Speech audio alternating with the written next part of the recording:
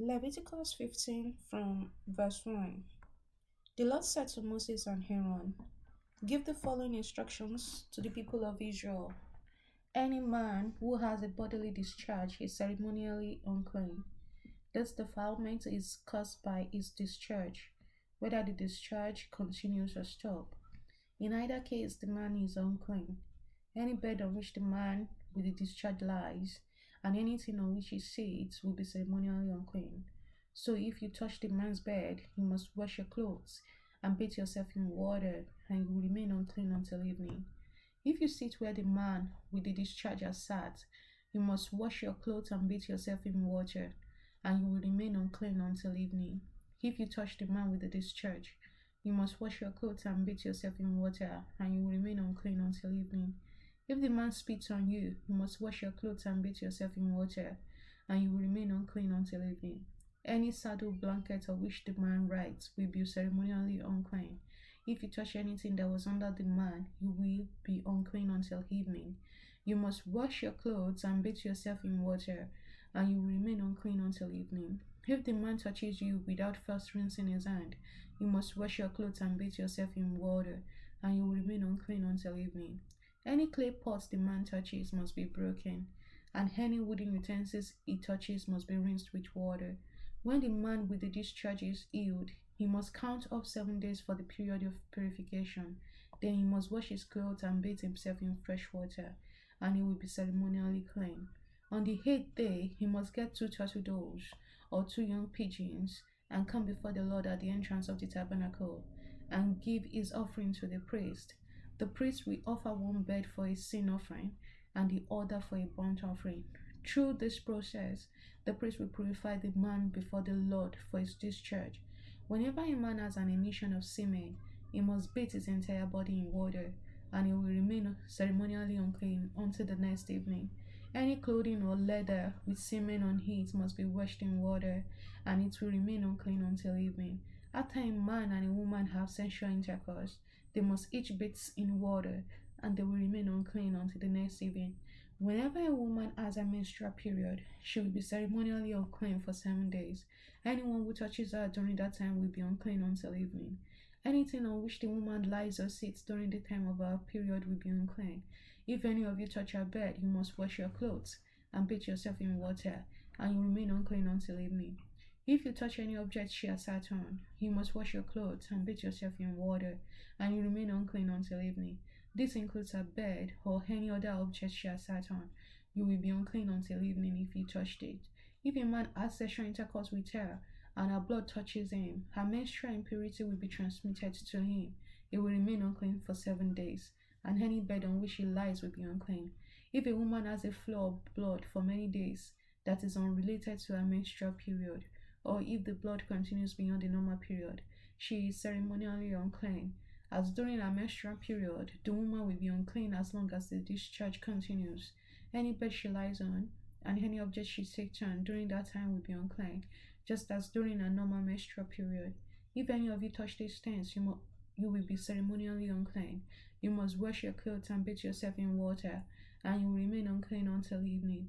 When the woman's bleeding stops, she must count up 7 days. Then she will be ceremonially clean. On the 8th day, she must bring two turtle doves or two young pigeons and present them to the priest at the entrance of the tabernacle. The priest will offer one for sin offering and the other for burnt offering. Through this process, the priest will purify her before the Lord for the ceremonial impurity caused by her bleeding. This is how you will guard the people of Israel from ceremonial uncleanness. Otherwise, they will die, for their impurity will defile my tabernacle that stands among them. These are the instructions for dealing with anyone who has a bodily discharge: a man who is unclean because of an emission of semen, or a woman during a menstrual period. It applies to any man or woman who has a bodily discharge, and to a man who has sexual intercourse with a woman who is ceremonially unclean. The Lord spake to Moses after the death of Aaron's two sons, who died after they entered the Lord's presence and burned the wrong kind of fire before him. The Lord said to Moses, warn your brother Aaron not to enter the most holy place behind the inner curtain whenever he chooses. If he does, he will die. For the ark's cover, the place of atonement is there, and I myself am present in the cloud, above the atonement cover. When Aaron enters the sanctuary area, he must follow these instructions fully. He must bring a young bull for a sin offering and a ram for a burnt offering. He must put on his linen tunic and linen undergarments, one next to his body. He must tie the linen sash around his waist and put the linen turban on his head. These are sacred garments, so he must bathe himself in water before he puts them on. Aaron must take from the community of Israel 2 male goats for a sin offering and a ram for a burnt offering. Aaron will present his own bull as a sin offering to purify himself and his family, making them right with the Lord. Then he must take the 2 male goats and present them to the Lord at the entrance of the tabernacle. He is to cast sacred lots to determine which goats will be reserved as an offering to the Lord, and which will carry the sins of the people to the wilderness of Azazel. Aaron will then present as a sin offering the goat chosen by the Lord for the Lord. The other goats, the scapegoat chosen by Lord to be sent away, will be kept alive. Standing before the Lord, when it is sent away to Azazel in the wilderness, the people will be purified and made right with the Lord. Aaron will present his own bull as a sin offering to purify himself and his family, making them right with the Lord. After he has slaughtered the bull as a sin offering, he will fill an incense burner with burning coal from the altar that stands before the Lord. Then he will take 2 handfuls of fragrant powdered incense and will carry the burner and the incense behind the inner curtain. There in the Lord's presence, he will put the incense on the burning coal, so that a cloud of incense will rise over the ark's cover, the place of atonement, the rest on the ark of the covenant. If he follows this instruction, he will not die. Then he must take some of the blood of the bull, dip his finger in it, and sprinkle it on the east side of the atonement cover. He must sprinkle blood 7 times with his finger in front of the atonement cover. Then Aaron must slaughter the first goat as a sin offering for the people and carry its blood behind the inner curtain. There we sprinkle the goat's blood over the atonement cover and in front of it, just as he did with the bull's blood. Through this process, he will purify the most holy place, and he will do the same for the entire tabernacle. Because of the defiling sin and rebellion of the Israelites, no one else is allowed inside the tabernacle when Aaron enters it for the purification ceremony in the most holy place. No one may enter until he comes out again after purifying himself, his family, and all the congregation of Israel, making them right with the Lord. Then Aaron will come out to purify the altar that stands before the Lord. He will do this by taking some of the blood from the bull and the goat and putting it on each of the horns of the altar. Then he must sprinkle the blood with his finger 7 times over the altar. In this way, he will cleanse it from Israel's defilement and make it holy. When Aaron has finished purifying the most holy place and the tabernacle and the altar, he must present the live goat. He will lay both of his hands on the goat's head and confess over it all the wickedness, rebellion, and sins of the people of Israel. In this way, he will transfer the people's sin to the head of the goat. Then a man specially chosen for the task will drive the goat into the wilderness.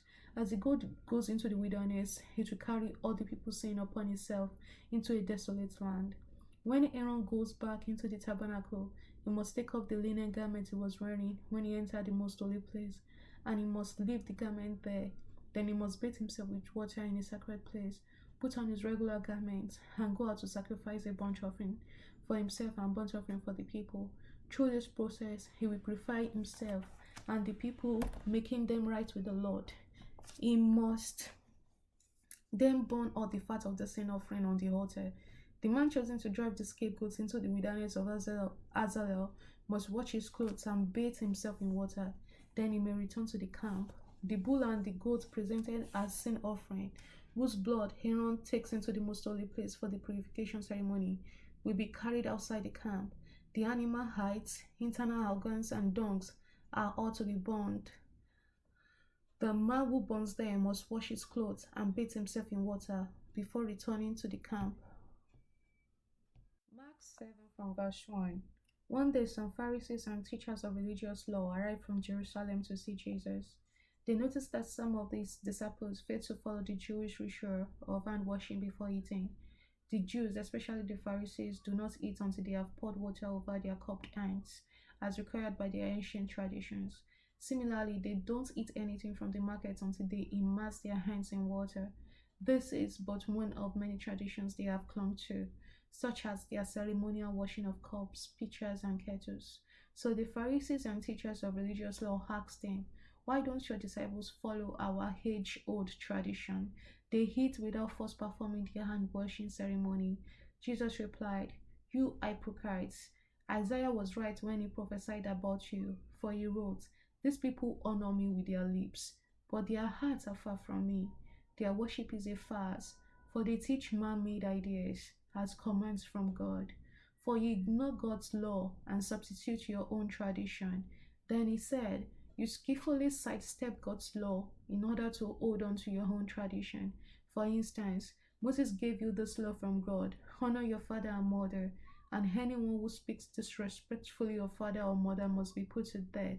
But you say it is all right for people to say to their parents, 'Sorry, I can't help you, for I have vowed to give to God what I would have given to you.'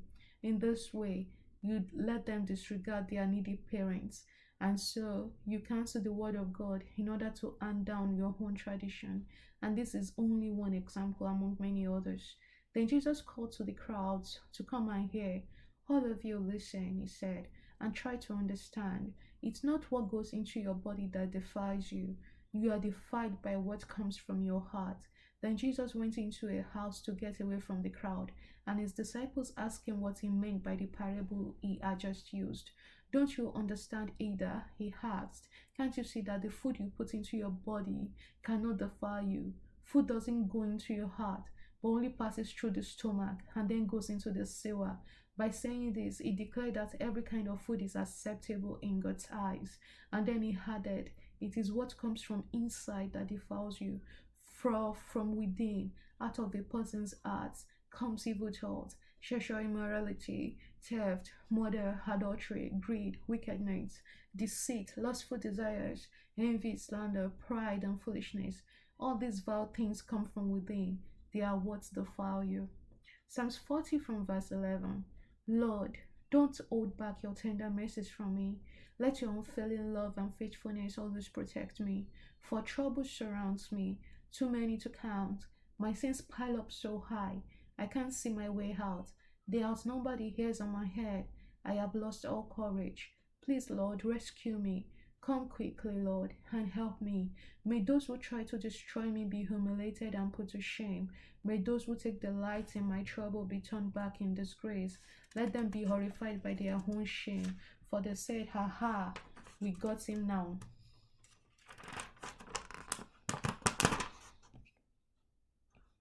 But may all who search for you be filled with joy and gladness in you. May those who love your salvation repeatedly shout, "The Lord is great." As for me, since I am poor and needy, let the Lord keep me in his thoughts. You are my helper and my Savior, O my God. Do not delay. Proverbs 10, 13 and 14. Wise words come from the lips of people with understanding, but those lacking sense will be beaten with a rod. Wise people treasure knowledge, but the babbling of a fool invites disaster.